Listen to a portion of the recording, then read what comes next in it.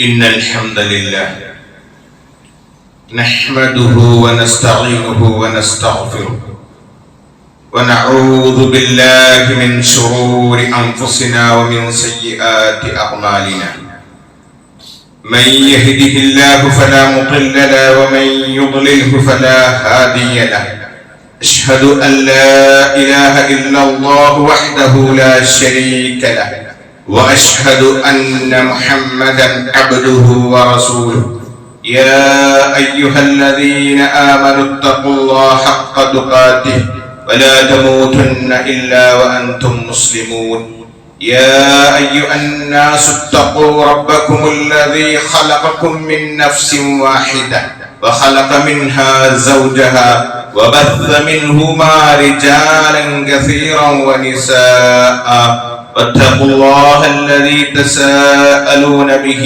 والأرحام إن الله كان عليكم رقيبا يا أيها الذين آمنوا اتقوا الله وقولوا قولا سديدا يصلح لكم أعمالكم ويغفر لكم ذنوبكم ومن يطع الله ورسوله فقد فاز فوزا عظيما أما بعد فإن أصدق الحديث كتاب الله وخير الهدي هدي محمد صلى الله عليه وسلم وشر الأمور محدثاتها وكل محدثة بدعة وكل بدعة ضلالة وكل ضلالة في النار. സ്നേഹ സമ്പന്നരായ സത്യവിശ്വാസി വിശ്വാസിനികൾ, അല്ലാഹുവിന്റെ കൽപ്പനകൾ ജീവിതത്തിലുടനീളം അനുസരിച്ചുകൊണ്ട് ജീവിക്കണമേ എന്ന് എന്നെയും നിങ്ങളെയും ആദ്യമേ ഉണർത്തുകയാണ്, വസിയ്യത്ത് ചെയ്യുകയാണ്. അല്ലാഹു നമ്മേവരെയും അതിനെ സഹായിക്കുകയും തൗഫീഖ് നൽകി അനുഗ്രഹിക്കുകയും ചെയ്യുമാറാകട്ടെ. ആമീൻ. ഒരു മുഅ്മിനും അതേ രൂപത്തിൽ സ്വാലിഹായ മനുഷ്യനും വളരെ ആഗ്രഹത്തോടുകൂടി സ്വപ്നം കാണേണ്ട കാര്യമാണ് നാളെ പരലോകത്ത് അല്ലാഹുവിന്റെ മുന്നിൽ രക്ഷപ്പെടണം എന്ന് ആഗ്രഹിക്കുന്നതോടൊപ്പം തന്റെ കുടുംബവും അതിലെ അംഗങ്ങളും മുസ്ലിം സമൂഹവും അതല്ലാത്ത വിഭാഗങ്ങളും ജനങ്ങളും നാളെ പരലോകത്ത് റബ്ബിന്റെ കോടതിയിൽ രക്ഷപ്പെടണമെന്നുള്ള ആഗ്രഹം ഒരു സ്വാലിഹായ മുഅ്മിനായ വ്യക്തിക്ക് ഉണ്ടായിരിക്കണം. ലോകത്ത് അല്ലാഹു പറഞ്ഞയച്ച മുഴുവൻ പ്രവാചകന്മാരുടെയും അങ്ങേ അറ്റത്തെ ആഗ്രഹമായിരുന്നു അത്. അള്ളാഹുവിന്റെ പ്രവാചകന്മാരിൽ ഒന്നാമത്തെ നബിയും റസൂലുമായ പ്രവാചകനാണ് മഹാനായ നൂഹ് അലൈഹിസ്സലാത്തു വസ്സലാം. ആ നൂഹ് അലൈഹിസ്സലാത്തു വസ്സലാമിനെ കുറിച്ച് വിശുദ്ധ ഖുർആനിലെ 29-ാം അധ്യായം അൽ അൻകബൂത്ത് സൂറത്തിലെ 29-ാമത്തെ ആയത്തിൽ അല്ലാഹു പറയുന്നുണ്ട്, വലഖദ് അർസൽനാ നൂഹൻ ഇലാ ഖൗമി ഫലബിസ ഫീഹിം അൽഫ സന ഇല്ലാ 50 ആമാ ഫഅഖദഹും الطൂഫാൻ വഹും ളാലിമൂൻ. തീർച്ചയായും നാം നൂഹിനെ ഒരു സമൂഹത്തിലേക്ക് പറഞ്ഞയച്ചു. فلبث فيهم ألف سنة إلا 50 عاما. 1000 വർഷത്തിൽ നിന്ന് 50 കുറച്ചാൽ എത്രയാണോ 950 വർഷം ഒരു നീണ്ട ആയുഷ്കാലം അദ്ദേഹം തന്റെ സമൂഹത്തിൽ പ്രബോധനം നടത്തിയെന്നാണ്.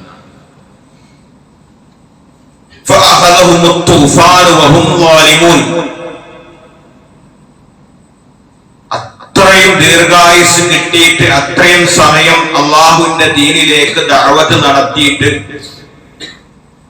അദ്ദേഹത്തിന് ലഭിച്ച ആളുകളുടെ എണ്ണമോ നമ്മുടെ വിരലുകൾ കൊണ്ട് എണ്ണാൻ പറ്റുന്ന എണ്ണം മാത്രമേ ഉണ്ടായിരുന്നുള്ളൂ. പക്ഷെ അദ്ദേഹത്തിന്റെ ദഅവത്ത് നടത്താനുള്ള, അള്ളാഹുവിന്റെ ദീനിലേക്ക് ക്ഷണിക്കുവാനുള്ള ആവേശവും ഊർജ്ജസ്വലതയും ആഗ്രഹം എത്രയാണോ അത് മറ്റൊരു സൂറത്തിൽ അള്ളാഹ് പറഞ്ഞു. നൂഹ് എന്ന സൂറത്തിൽ തന്നെ അള്ളാഹു സുബ്ഹാനഹു വ തആല നബിയുടെ പേരിൽ തന്നെ ഒരു സൂറത്ത് തന്നെ അള്ളാഹു നിശ്ചയിച്ചു, സൂറത്തുൻ നൂഹ്. അതിൽ അള്ളാഹ് പറഞ്ഞു എന്തായിരുന്നു ദഅവത്തിന്റെ മാർഗത്തിൽ അള്ളാഹുവിന്റെ ദീൻ പ്രബോധനം ചെയ്യുമ്പോൾ 950 വർഷത്തോളം ഒരു സമൂഹത്തിൽ ജീവിച്ചപ്പോൾ നൂഹ് അലൈഹിസ്സലാത്തു വസ്സലാമിന്റെ മുഖ്യമായ ആഗ്രഹം, കൊതിയും പൂതിയും എന്തായിരുന്നു? ഖാല റബ്ബി ഇന്നി ദഅൗതു ഖൗമി ലൈലൻ വനഹാറ എന്നാണ്. അല്ലാഹുവേ, രാവിലെയും രാത്രിയും എന്റെ ഖൗമിനെ ഞാൻ ദീനിലേക്ക് ക്ഷണിച്ചുകൊണ്ടേയിരിക്കുകയാണ്. 60 70 കൊല്ലമല്ല, 40 30 വർഷമല്ല, മറിച്ച് 950 വർഷം. അത് അള്ളാഹ് തന്നെ പറയാണ്. നൂഹ് നബിയുടെ സംസാരം അള്ളാഹ് തന്നെ അള്ളാഹുവിന്റെ കലാമിൽ പറയാണ്. അദ്ദേഹം ചെയ്തിരുന്ന പ്രവൃത്തി എന്ന് പറഞ്ഞാൽ തോന്നുന്ന സമയത്ത്, അവസരമുണ്ടാകുമ്പോൾ, ഫ്രീ ആകുമ്പോൾ, ദുനിയാവിന്റെ എല്ലാ ശോലുകളിൽ വിട്ടു നിൽക്കുമ്പോൾ അല്ല അള്ളാന്റെ ദീനിലേക്ക് അദ്ദേഹം ജനങ്ങളെ ക്ഷണിച്ചിരുന്നത്, രാവിലെയും പകലിലും. ഫലം യസിദുഹും ദുആഇ ഇല്ലാ ഫിറാറ. എന്നിട്ട് വിളിക്കുന്നവരൊക്കെ വന്നോ? ഇല്ല. ഞാൻ വിളിക്കുമ്പോഴൊക്കെ അവരെന്നിൽ നിന്നും ഓടിപ്പോവുകയാണ് ചെയ്തത്. അള്ളാഹുവിന്റെ മാർഗത്തിലേക്ക്, ദീനിന് വേണ്ടി പ്രബോധന പ്രവർത്തനങ്ങളിലേക്ക് ഇറങ്ങുമ്പോൾ ജനങ്ങളെല്ലാവരുടെയും സ്വീകാര്യതയല്ല കിട്ടിയത്. പറയുന്ന സ്ഥലത്തു നിന്നൊക്കെ ജനങ്ങൾ ഓടിപ്പോവുകയാണ് ചെയ്തത് എന്ന് പറഞ്ഞു. ഇതേ അനുഭവം നമ്മുടെ നബി മുഹമ്മദ് മുസ്തഫ സല്ലല്ലാഹു അലൈഹി വസല്ലമയുടെ ജീവിതത്തിലും ഉണ്ടായിട്ടുണ്ട്. അല്ലാഹു തന്നെ പറഞ്ഞു സൂറത്തുൽ ഫാത്തിഹയിലെ 8-ാമത്തെ ആയത്തിൽ,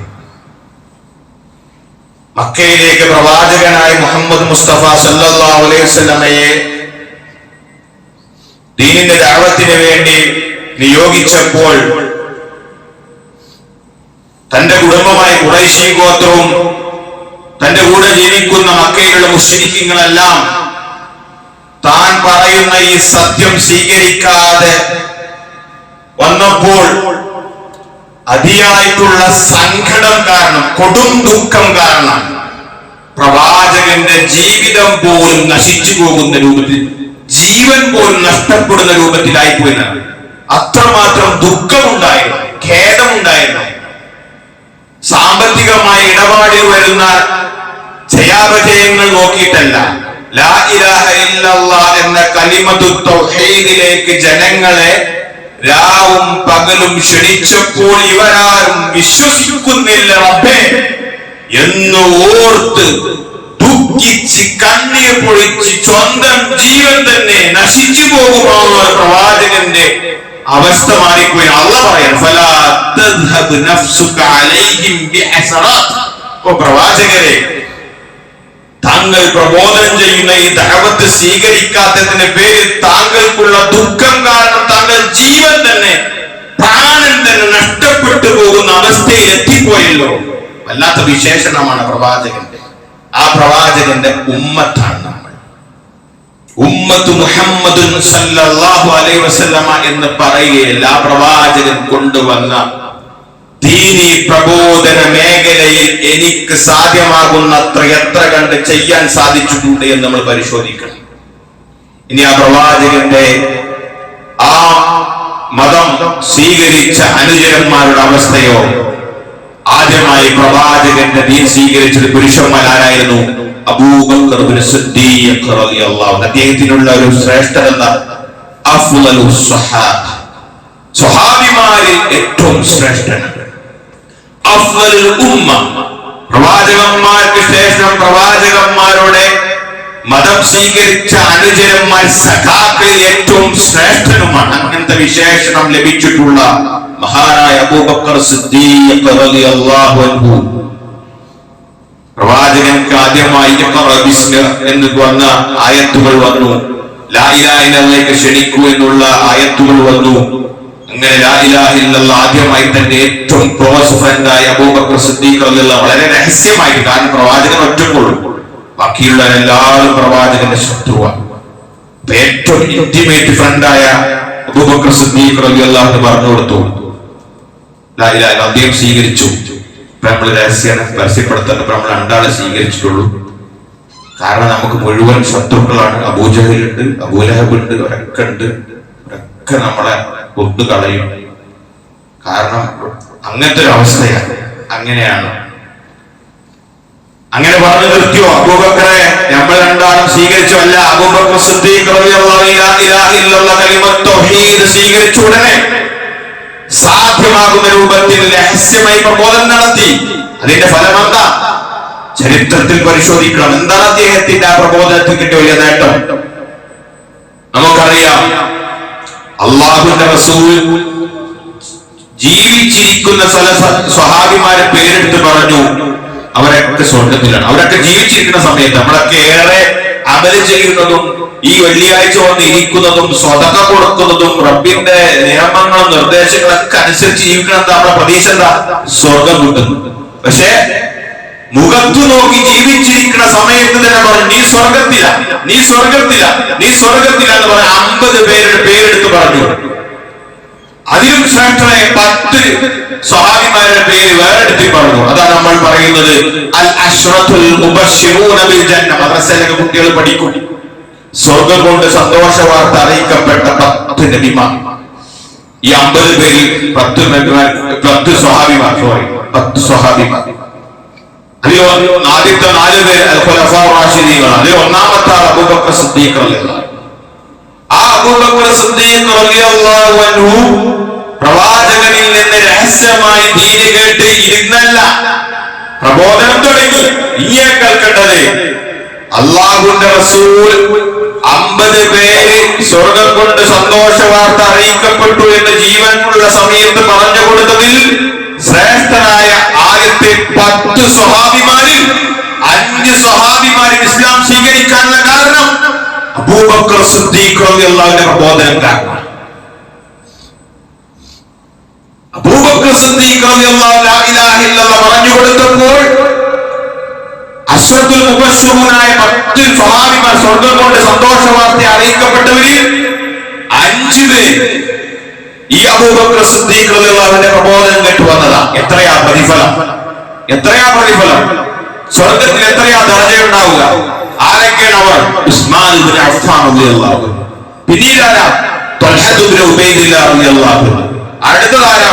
അബ്ദുറഹ്മാൻ ഇബ്നു ഔഫ് റളിയല്ലാഹു അൻഹു, അടുത്തതാരാ? സഅദ് ഇബ്നു അബീ വഖാസ് റളിയല്ലാഹു അൻഹു, അടുത്തതാരാ?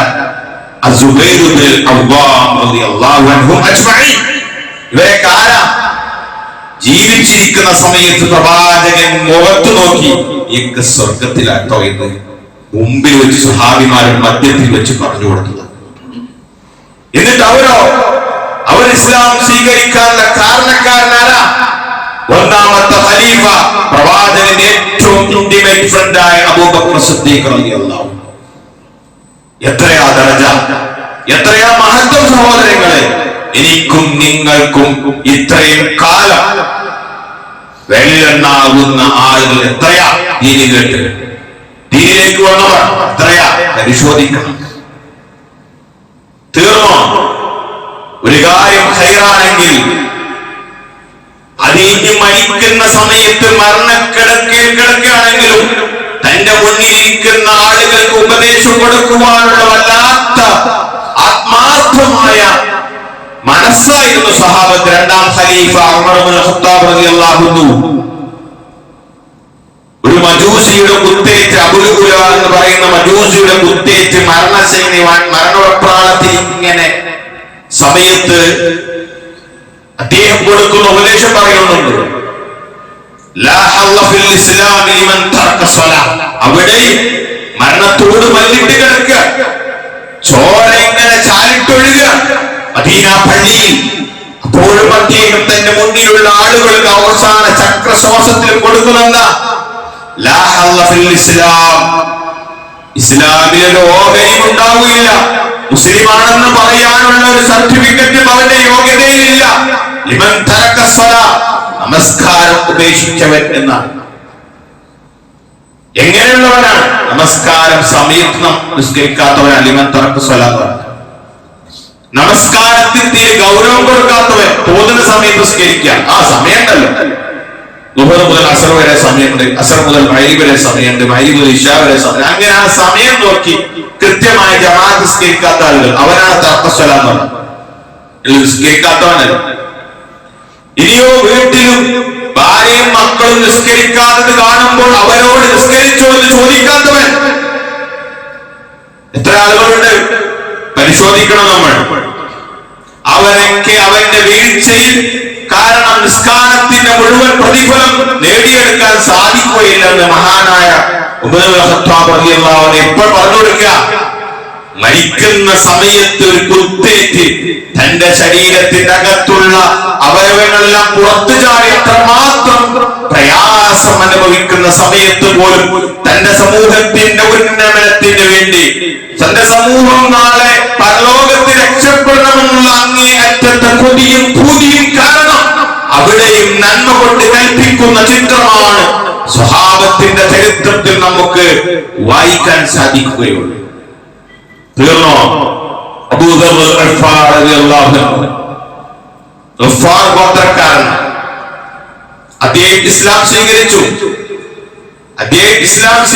ഏതെന്താ ഇസ്ലാം സ്വീകരിച്ചത്?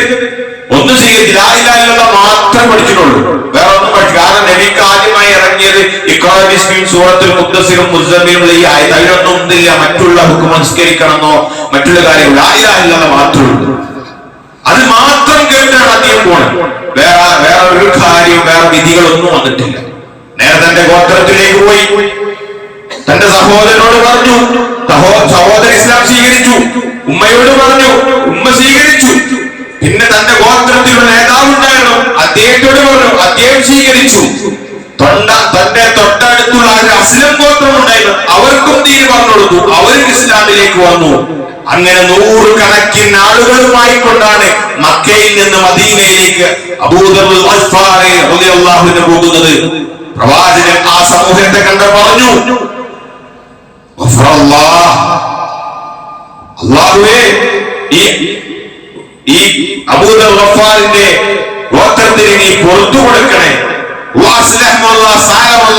അവരെ കൂടെ വന്ന അസ്ലം ഗോത്രത്തെ നീ സംരക്ഷിക്കണമേ എന്ന് പറഞ്ഞ് പ്രവാചകൻ അങ്ങേയറ്റത്തെ സന്തോഷമുണ്ടായി. എന്താണ് അബൂദർ കേട്ടത്? പ്രവാചകന്റെ തിരുമുഖത്ത് നിന്ന് ലാ ഇലാഹ ഇല്ലല്ലാഹ് മാത്രം, അള്ളാഹുവിനെ മാത്രം ആരാധിക്കുക എന്നുള്ള തൗഹീദിന്റെ സത്യസാക്ഷ്യം മാത്രം കേട്ട് തന്റെ സമൂഹത്തിലേക്ക് പോയി ആ തൗഹീദ് പറഞ്ഞു കൊടുത്തു. തന്റെ സമൂഹത്തെ മുഴുവൻ ഇസ്ലാമിലേക്ക് ക്ഷണിച്ചു. അതുകൊണ്ട് സഹോദരങ്ങളെ, അള്ളാഹുവിന്റെ ദീൻ ശക്തിപ്പെടുത്താൻ വേണ്ടി, അത് പ്രചരിപ്പിക്കാൻ വേണ്ടി, അത് ജനങ്ങൾക്ക് എത്തിച്ചു കൊടുക്കാൻ വേണ്ടി നമ്മുടെ ആയുസ്സിന്റെ എല്ലാ സമയവും സന്ദർഭവും ചെലവഴിക്കണം. മറിച്ച് ഇത്തരത്തിലുള്ള സന്ദർഭങ്ങളും ഇത്തരത്തിലുള്ള വിളികളും ക്ഷണങ്ങളും കേൾക്കുമ്പോൾ ദുനിയാവിന്റെ കാര്യങ്ങൾ പറഞ്ഞ്, ദുനിയാവിന്റെ വിധി പറഞ്ഞ് അതിൽ നിന്ന് മാറിപ്പോയി കഴിഞ്ഞാൽ സങ്കടമായിരിക്കും ഈ ലോകത്തും പരലോകത്തും ഉണ്ടായിരിക്കുക. അതുകൊണ്ട് കഴിയുന്ന രൂപത്തിൽ അറിവുള്ളവർ അവരുടെ അറിവ് ഉപയോഗിച്ചുകൊണ്ട് ദീൻ പറഞ്ഞു കൊടുക്കുക. എഴുതാൻ കഴിയുന്നവർ എഴുത്തുപയോഗിച്ചുകൊണ്ട് പറഞ്ഞു കൊടുക്കുക. പ്രസംഗിക്കാനും സംസാരിക്കാനും കഴിയുന്നവർ ആ സംസാര ശൈലിയും ആ കഴിവും ഉപയോഗിച്ചുകൊണ്ട് ദീനിലേക്ക് ക്ഷണിക്കുക. സമ്പത്തും ആരോഗ്യവും ഉണ്ടെങ്കിൽ ആ സമ്പത്ത് റബ്ബിന്റെ സഹായം, റബ്ബിന്റെ ദീനിന് വേണ്ടി ആരൊക്കെയാണോ പണിയെടുക്കുന്നത്, അവർക്ക് വേണ്ടി തന്റെ സമ്പത്ത് ചെലവഴിക്കുക, അവരെ സപ്പോർട്ട് ചെയ്യുക. റബ്ബിന്റെ ദീൻ സ്ഥാപിക്കുന്ന സ്ഥാപനങ്ങളുണ്ട്, ലാ ഇലാഹ ഇല്ലല്ലാഹ് ശരിക്കാൻ വേണ്ടി പഠിപ്പിക്കുന്ന സ്ഥാപനങ്ങളുണ്ട്. ആ സ്ഥാപനത്തെ സപ്പോർട്ട് ചെയ്യുക. അങ്ങനെ അല്ലാഹു തന്ന സമ്പത്തും ശരീരവും സമയവുമെല്ലാം റബ്ബിന്റെ മാർഗത്തിൽ ചെലവഴിക്കുക. എന്നാൽ മാത്രമാണ് നമുക്ക് ഈ ലോകത്തും പരലോകത്തും സുരക്ഷിതമായ ഒരു ജീവിതം ഉണ്ടാക്കിയെടുക്കാൻ സാധിക്കും. അത്തരത്തിലുള്ള മുവഹ്ഹിദീങ്ങളുടെ കൂട്ടത്തിൽ, മുത്തഖീങ്ങളുടെ കൂട്ടത്തിൽ ഉൾപ്പെടുവാൻ നാം ഏവരും ശ്രമിക്കുക. അഖൂലു ഖൗലി ഹാദാ അസ്തഗ്ഫിറുല്ലാഹ ലീ വലക്കും വലിജമീഇൽ മുസ്ലിമീന ഫസ്തഗ്ഫിറൂഹു ഇന്നഹു ഹുവൽ ഗഫൂറുർ റഹീം.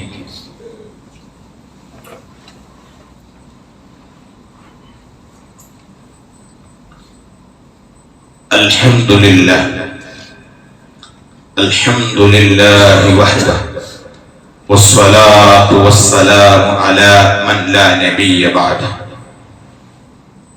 ഒരിക്കൽ കൂടി അല്ലാഹുവിനെ സൂക്ഷിച്ച് ജീവിക്കണമേ എന്ന് എന്നെയും നിങ്ങളെ ഉണർത്തുകയാണ്, വസിയത്ത് ചെയ്യുക.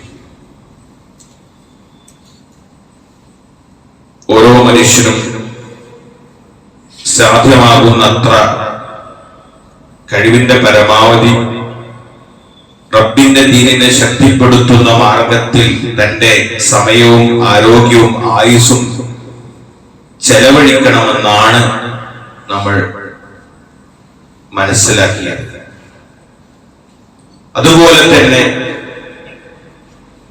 നമ്മുടെ ഏറ്റവും വലിയ സ്വപ്നവും ലക്ഷ്യവും പ്രശ്നവുമായി കാണേണ്ടതും അതുതന്നെയാണ്.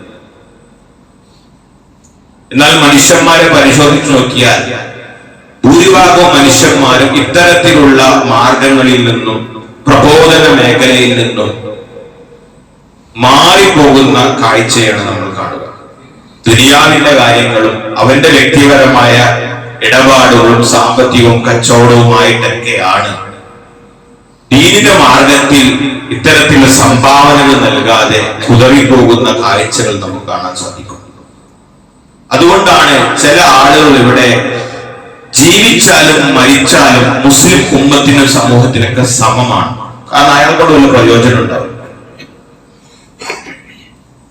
സ്വന്തത്തിനുമില്ല മുസ്ലിം സമൂഹത്തിനും ഉണ്ടാവുകയില്ല. അതുകൊണ്ട് അവർക്കൊന്നും ജനങ്ങൾക്കിടയിൽ സ്ഥാനവും ഉണ്ടാവില്ല, ജനങ്ങളുടെ ഹൃദയങ്ങളിൽ അവര് സ്മരിക്കപ്പെടുകയില്ല. ചില ആളുകളൊക്കെ അവരൊക്കെ ഈ ലോകത്തുനിന്ന് എങ്ങനെയെങ്കിലും മരിച്ചു കിട്ടിയാൽ മതി എന്ന് ആഗ്രഹിക്കുന്ന ആളുകൾ. കാരണം അവർ ഇവിടുന്ന് ലോകത്തുനിന്ന് മരിച്ചു കിട്ടണ ഹൈർ എന്ന് വിശ്വസിക്കുന്ന ആളുകളുണ്ടാവും. അത് ഞാനും നിങ്ങളും പൊട്ടിട്ടുള്ളതെന്ന് പരിശോധിക്കണം. നമ്മളൊക്കെ മരിച്ചു കിട്ടിയാൽ മതി എന്ന് പ്രാർത്ഥിക്കുന്ന ആളുകളുണ്ടോ? കാരണം നമ്മളെ കൊണ്ടുള്ള ഉപദ്രവവും ഒരു പ്രയോജനവും സ്വന്തത്തിനുമില്ല, കുടുംബത്തിനുമില്ല, മുസ്ലിം സമൂഹത്തിനുമില്ല, ഉമ്മത്തിന്റെ ഉന്നമനത്തിനോ ഉമ്മത്തിനെ ജനങ്ങളെ ദീനിലേക്ക് ക്ഷണിക്കുന്ന കാര്യങ്ങളിലേക്കുള്ള ഒരു സപ്പോർട്ടോ ഇല്ലാത്ത ആളുകളുണ്ടാവും. കേവലം മുസ്ലിം നാമധാരികൾ എന്ന് പറയുമ്പോൾ ഏത് സമയത്തും ദുനിയാവിന്റെ ആളുകളായിരിക്കും. അതേ അള്ളാഹു തന്നെ വിശുദ്ധ ഖുർആനിൽ തന്നെ അവരുടെ സ്വഭാവം പറഞ്ഞു. നമുക്ക് ആ സ്വഭാവം ഉണ്ടോ എന്ന് പരിശോധിക്കണം. ഒരിക്കൽ അഹ്സാബ് യുദ്ധം, ഖന്തഖ് യുദ്ധം വളരെ പ്രയാസം നിറഞ്ഞ, ബുദ്ധിമുട്ട് നിറഞ്ഞ യുദ്ധമാണ്. കാരണം നബിയും സ്വഹാബത്തും ഒരു ചെറിയ സംഘം, ബാക്കിയുള്ള ശത്രുക്കൾ മുഴുവൻ ഒരു വലിയ സംഘമായി ഒരു ഐക്യത്തോടുകൂടി പ്രവാചകനെയും സ്വഹാബത്തിനെയും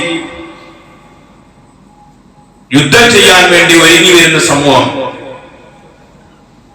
അപ്പോൾ പ്രവാചകൻ ഈ ദീനിലേക്ക് യുദ്ധത്തിന് ആഹ്വാനം ചെയ്ത ചില ആളുകൾ പ്രവാചകന്റെ അടുത്ത് വന്നു.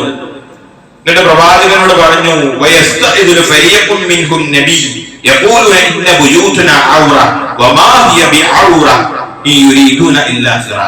നമ്മളൊക്കെ ഈ കാര്യം ചില വേറെ ഭാഷയിൽ പറയുന്നുണ്ട്. എന്താ അവർ വന്ന് പറഞ്ഞു? അവരൊക്കെ കണ്ട പ്രത്യക്ഷത്തിൽ മുസ്ലിങ്ങളാണ്, ഇസ്ലാമിന്റെ സപ്പോർട്ടേഴ്സ് ഒക്കെ കരുതും. എന്നിട്ട് അവർ വന്ന് പറയാണ് പ്രവാചകനോട്, എന്താ പറയുന്നത്? സൂറത്തുൽ അഹ്സാബിലെ 13-ാമത്തെ ആയത്ത് നോക്കിയാൽ മതി. നമ്മളൊക്കെ വീട്ടിലുണ്ടല്ലോ തഫ്സീറുകളും തർജുമകളും, അതൊക്കെ അതേ അർത്ഥം കാണും. ഒരു വിഭാഗം ആളുകൾ പ്രവാചകനോട് വന്നിട്ട് സമ്മതം ചോദിക്കാൻ വരും, ഒഴി കഴിയും. എന്താണ്? അവര് പറയാ, ഞങ്ങളെ വീടൊന്നും സുരക്ഷിതമല്ല, ഞങ്ങളെ ഭാര്യമാരും മക്കളൊക്കെ നിൽക്കുന്ന താമസിക്കുന്ന സ്ഥലമൊന്നും സുരക്ഷിതമല്ല, നിങ്ങളെ കൂടെ യുദ്ധത്തിന് വന്നു കഴിഞ്ഞാല് അവർ ഒറ്റപ്പെട്ട വല്ല ആക്രമണം ഉണ്ടായാൽ നഷ്ടപ്പെട്ടു പോകുന്നതൊക്കെ പറഞ്ഞ് എക്സ്ക്യൂസ്, നമ്മളൊക്കെ എങ്ങനെ എക്സ്ക്യൂസ് പറയാറുണ്ടല്ലോ, വിളിച്ചു കഴിഞ്ഞാൽ എന്റെ പെണ്ണുങ്ങൾ അവിടെ സുഖമാണ് ഇവിടെ സുഖാണെന്നൊക്കെ പറഞ്ഞു ദീനിന്റെ പ്രബോധനത്തിലേക്ക് വിളിച്ചു കഴിഞ്ഞാലുള്ള എക്സ്ക്യൂസുകൾ 100,000 കേൾക്കും. ഇതേ എക്സ്ക്യൂസുകൾ വേറെ രൂപ പറയും. നമ്മളധികം പറയാറുണ്ട് എന്റെ വീട് സുരക്ഷിതരോടെ കള്ളന്മാരുണ്ട് അപ്പുറത്തുണ്ട്. ഇതേ വർത്താനം പറഞ്ഞു ഞങ്ങളുടെ വീടൊന്നും ഒരു സുരക്ഷിത ഭദ്രമല്ല. അള്ള പറയുന്നത് നബിയർക്ക് അളവ പറയുന്നവർ അവരെ വീടൊന്നും ഭദ്രതയില്ലാത്ത വീടല്ല, സുരക്ഷിതമാണ്. പക്ഷെ ഈ എക്സ്ക്യൂസുകൾ പ്രവാചകരെ ദീനിന് വേണ്ടി അള്ളാഹുവിന്റെ ദീനിനെ സഹായിക്കാൻ വേണ്ടി ശക്തിപ്പെടുത്താൻ വേണ്ടി യുദ്ധത്തിന് വേണ്ടി താങ്കൾ അവരെ ക്ഷണിച്ചപ്പോൾ അതിന്റെ വരാതിരിക്കാൻ ഒഴികഴിവ് പറയാണ്. ഈ അവർ ഈ യുദ്ധമുഖത്ത് നിന്ന് പിരിഞ്ഞു പോകാൻ പിന്മാറിപ്പോകാനുള്ള എക്സ്ക്യൂസ് പറയാണ് എന്ന് അള്ളാഹ് അവിടെ തിരുത്തി കൊടുക്കുക. അവരെ വാക്ക് കേൾക്കണം. അവർ കപടന്മാരാണ്, കപടവിശ്വാസികളുടെ സ്വഭാവം പറയുന്നിടത്താണ് അത് പറയുന്നത്. സഹോദരങ്ങളെ, ഞാൻ നിങ്ങൾ ഇതിൽ പെട്ടുപോണത് അള്ളാഹുവിന്റെ ദീനിലേക്ക് ക്ഷണിക്കുന്ന ഒരു പരിപാടിയിലേക്ക്, ഒരു മജ്‌ലിസിലേക്ക്, ഒരു ദഅവത്തിന്റെ പ്രബോധന പ്രവർത്തനങ്ങളിലേക്ക് നമ്മൾ ക്ഷണിക്കുമ്പോൾ സാധ്യമാകുന്നത്ര നമ്മൾ അതിനോട് സപ്പോർട്ട് നടത്തണം, നമ്മൾ പോകണം. അല്ലെങ്കിൽ ഈ എക്സ്ക്യൂസുകൾ നമുക്ക് പറയാൻ പറ്റില്ല. കാരണം ഈ പറയുന്നവരാരാ? കപടന്മാരാണ്. പുറത്തു ദീനും അകത്തു ദീനുമില്ലാത്ത അവസ്ഥ. ഇന്ന് ഭൂരിഭാഗം മനുഷ്യന്മാരുടെ അവസ്ഥ തന്നെ. അല്ലാഹു നമുക്ക് കാത്തുരക്ഷിക്കുമാറാവട്ടെ. കാരണം സ്വതന്ത്രത്തിന്റെയും ലിബറലൊക്കെ വന്നതോടുകൂടി മുസ്ലിം പേരേ ഉള്ളൂ. കാരണം സോഷ്യൽ മീഡിയയിലൂടെ ഇസ്ലാമിനെ കുറിച്ചുള്ള തെറ്റായ ധാരണകളും ഖുർആൻ വ്യാഖ്യാനങ്ങളൊക്കെ കേട്ട് മടുത്ത് ഇസ്ലാം മനസ്സിൽ നിന്ന് പോയിട്ടുണ്ട്. പക്ഷേ പുറത്ത് കാണിച്ചാൽ തന്റെ കുടുംബവും വീട്ടുകാരും ബാപ്പയൊക്കെ തന്നെ ഒറ്റപ്പെടുത്തുമല്ലോ എന്ന് കരുതിക്കൊണ്ട് ചില നാട്യങ്ങൾ, ചില നാടകം കളികളിൽ ആളുകളുണ്ട്. നമ്മൾ പരിശോധിക്കണം. അതുകൊണ്ട് എന്ത് ചെയ്യണം? നമ്മളെ സോഷ്യൽ മീഡിയയിൽ ഇത്തരത്തിലുള്ള കാര്യം നമ്മൾ കേൾക്കാതിരിക്കണം. അതാ ചെയ്യേണ്ടത്. അല്ല നമ്മൾ എല്ലാത്തിലും പോയിട്ട് ഇങ്ങനെ ഓണാക്കലല്ല. യൂട്യൂബ് പോയിട്ട് ഇസ്ലാമിന്റെ ശത്രുക്കൾ അവരൊക്കെ ഓരോ വോയിസ് വിടുമ്പോഴും എക്സ്പിക്സികൾ എന്നൊക്കെ പറയുന്ന ആളുകൾ ഒന്ന് കേട്ടോക്കട്ടെ, അവർക്ക് മറുപടി താല്പര്യം നമ്മൾ കേട്ട് എന്തെയും അവരുടെ ഒന്നാമത്തെ അനുയായി മാറും. നമുക്ക് ദീനില്ല, നമുക്ക് ബേസുണ്ടോ? ഇങ്ങനെ വരുന്ന കാര്യങ്ങൾ പറയുമ്പോൾ എന്താണ് അതിന് മറുപടി? വിശുദ്ധ ഖുർആനും ഹദീസിൽ എന്താണ് അതിന് മറുപടി? മുൻഗാമികൾ എന്താണ് പറഞ്ഞിട്ടുള്ളത് എന്ന് നമുക്കറിയില്ല. ഇതിങ്ങനെ നിരന്തരം കേൾക്കുമ്പോൾ, ഇസ്ലാമിനെ കുറിച്ച് പച്ചയായി എതിർക്കുമ്പോൾ അതിങ്ങനെ ആവുമ്പകലും കേട്ട് പിന്നീട് അടുത്ത അനുയായി ഒന്നാമത്തെ ലീഡറായി രൂപം മാറും. അതുകൊണ്ട് അത്തരത്തിലുള്ള കാര്യങ്ങൾ കേൾക്കാതിരിക്കലാണ് ഇതിനുള്ള ഏറ്റവും വലിയ സൊല്യൂഷൻ. അത്തരത്തിലുള്ള ചർച്ചകൾ നമ്മൾ കേൾക്കണ്ട. കാരണം എന്താ? നമുക്ക് അതിന് ഇൽമില്ല. അതെന്നെ അർത്ഥം. ഇൽമുണ്ടെങ്കിൽ മാത്രം കേട്ടാൽ മതി. ഇൽമുള്ളവരും കേൾക്കണ്ട. കാരണം അത്രമാത്രം പൈശാചികമാണത്. അതുകൊണ്ട് തന്നെ അത്തരത്തിലുള്ള കാര്യങ്ങൾ വിട്ടുവെക്കുക വേണ്ടത്. അല്ലെങ്കിൽ ഇങ്ങനെ ഫോർവേഡ് കണ്ടില്ലേ, ആരിഫ് ഹുസൈൻ അത് പറഞ്ഞ് മറ്റൊന്നത് പറഞ്ഞ് എന്ന് പറഞ്ഞ് ഇങ്ങനെ നടക്കലല്ല. എന്നിട്ട് നമ്മൾ പഠിക്കുക, എന്നിട്ട് പ്രബോധനം ചെയ്യാം, പഠിച്ചിട്ട് പ്രബോധനം ചെയ്യാം. പഠിക്കാത്തതും അറിയാത്തതും എനിക്കറിയാമെന്ന് നാട്ടിൽ വിളിച്ചിട്ട് ജനങ്ങളെ ക്ഷണിക്കണ്ട. കാരണം അത് നമ്മൾ വഴികളിലേക്കാണ്. അതുകൊണ്ട് എന്ത് ചെയ്യുക? ഇത്തരത്തിലുള്ള ഈ മുസ്ലിം വിരോധികൾക്കും ഇസ്ലാം വിരോധികൾക്കും ലിബറൽ മൈൻഡ് ഉള്ളവർക്കൊക്കെ മറുപടികൾ കൊടുക്കുന്ന കാര്യങ്ങളുണ്ട്. അത് നമ്മൾ കേൾക്കുക. എന്നിട്ട് സ്വന്തം ഇസ്ലാമിനെ പരിശോധിക്കുക. കാരണം ഇന്ന് ആളുകൾക്ക് വേറെ സുഖമാണ്. ഇസ്ലാമിൽ മാറി പരിഷ്കരിക്കേണ്ട, നോമ്പെടുക്കേണ്ട, ഹജ്ജ് ചെയ്യേണ്ട, അതൊന്നും ചെയ്യേണ്ട, അവരുടെ സുഖമാണ്. കാരണം എക്സ് മുസ്ലിം പറഞ്ഞാൽ മതി, ഞാൻ ഇസ്ലാമിലില്ല. എന്താണ് ഇസ്ലാമിൽ? ജുമാക്ക് പോകണ്ട, പള്ളിയിൽ പോകണ്ട, സുബഹിസ്കരിക്കേണ്ട, സക്കാത്ത് കൊടുക്കേണ്ട, സ്വതക്ക കൊടുക്കേണ്ട, ഒക്കെ കൊടുക്കണ്ടല്ലോ ഇസ്ലാമിൽ പോയി കഴിഞ്ഞാൽ. ഇതാണ് ഇവരുടെയൊക്കെ മനസ്സിലിരിപ്പ്. അതുകൊണ്ട് സഹോദരങ്ങളെ, നമ്മളൊക്കെ ആ ഗണത്തിലാണോ? നമ്മളെ കുട്ടികൾ എങ്ങനെയാണോ? നമ്മളെ പെൺമക്കൾ എങ്ങനെയാണോ? നമ്മളെ കുടുംബക്കാർ എങ്ങനെ? നമുക്ക് മനസ്സിലാവില്ല. ഭാര്യ എങ്ങനെയാണോ നോക്കണം. കാരണം ഹൃദയത്തിനകത്താണ് ഇതുണ്ടാവുക, പുറത്ത് കാണിക്കൂല, പേടിച്ചിട്ട്. എത്ര ആളുകളുണ്ട്. അള്ളാഹു നമുക്ക് കാത്തുരക്ഷിക്കുമാറാവട്ടെ. അതുകൊണ്ട് സഹോദരങ്ങളെ, അള്ളാഹുവിന്റെ ദീനിലേക്ക് ക്ഷണിക്കുമെന്നാൽ ദുനിയാവിന്റെ കാര്യങ്ങൾ പറഞ്ഞ് നമ്മൾ അതിൽ നിന്ന് ഒഴിവഴി പറയേണ്ട. കാരണം അള്ളാഹ് പറഞ്ഞില്ല, എന്തൊക്കെ പറയുന്നത് മുനാഫിക്കുകളാണ്. എന്നാൽ ചില ആളുകളുണ്ട്, സ്വഹാബിമാര്, ദരിദ്രരായ സ്വഹാബിമാർ. അള്ളാഹു അവന്റെ ദീനിലേക്ക് ക്ഷണിച്ചാൽ, പ്രവാചകൻ യുദ്ധത്തിലേക്ക് ക്ഷണിച്ചാൽ ഒരുവരും പക്ഷെ പാവപ്പെട്ടവരാണ്. വിശുദ്ധ ഖുർആൻ സൂറത്ത് തൗബയിലെ 92ാമത്തെ ആയത്തിൽ പറയുന്നുണ്ട്, വലാ അലല്ലദീന ഇദാ മാ തൗക ലിതഹ്മിലഹു ഖുൽത ലാ അജിദു മാ അഹ്മിലുകും അലൈഹി. പ്രവാചകൻ യുദ്ധത്തിന് വിളിച്ച യുദ്ധം ഈ സാധുക്കളെ പാവങ്ങളാണ്, ദരിദ്രന്മാരാണ്, സ്വന്തമായി വാഹനമൊന്നുമില്ല. എന്നിട്ട് പ്രവാചകരെ ആരും നമ്മൾ വരട്ടെ അവളെ കൂടെ എന്ന് പറയും. പ്രവാചകർക്ക് ഇങ്ങോട്ട് വാഹനം ഉണ്ടോ? സമ്പത്ത് തീരല്ലേ? അവരോ ഞങ്ങൾക്ക് വാഹനമൊന്നുമില്ല. പ്രവാചകൻ സങ്കടത്തോടെ പറയും, മാ അഹ്മിലുകും അലൈഹി, നിങ്ങൾ കൊണ്ടുപോകാൻ നമ്മളടുത്ത് വാഹനമില്ല, വളരെ പ്രയാസമാണ്. അതുകൊണ്ട് എന്ത് ചെയ്യണം? പോവാ. പ്രവാചകന്റെ വാക്ക് കേട്ട് നിങ്ങളെ കൊണ്ടുപോകാനും വഹിക്കാനുള്ള വാഹനങ്ങളും സെറ്റപ്പും ഇല്ല, അതുകൊണ്ട് നിങ്ങൾ പോയിക്കോളി, പെള്ളൂർ മതി എന്ന് പറയുമ്പോൾ കണ്ണിൽ നിന്ന് കണ്ണുനീർ ഒഴിച്ചുകൊണ്ട് കരഞ്ഞുകൊണ്ട് വീട്ടിലേക്ക് പോകുന്ന ആളുകളുണ്ട്. അല്ലാഹുവിന്റെ ദീൻ സംരക്ഷിക്കുവാൻ തനിക്ക് സാധ്യമായ രൂപത്തിൽ അവസരം കിട്ടിയപ്പോൾ പ്രവാചകൻ നിങ്ങൾക്ക് വരേണ്ട കാരണം നിങ്ങൾ കൊണ്ടുപോകാനുള്ള ഒരു സംവിധാനപ്പെട്ട കയ്യിലില്ല.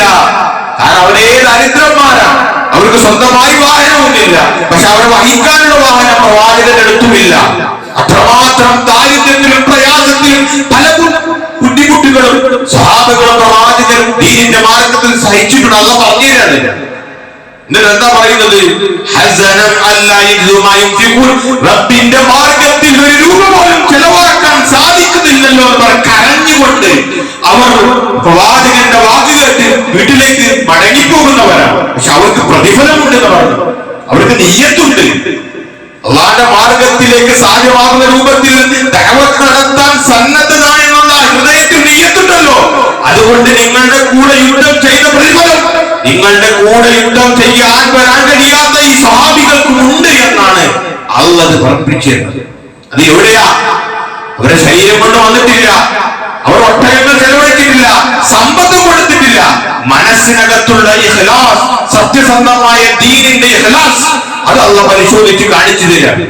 അവർക്ക് അതേ കുറവുള്ളൂ.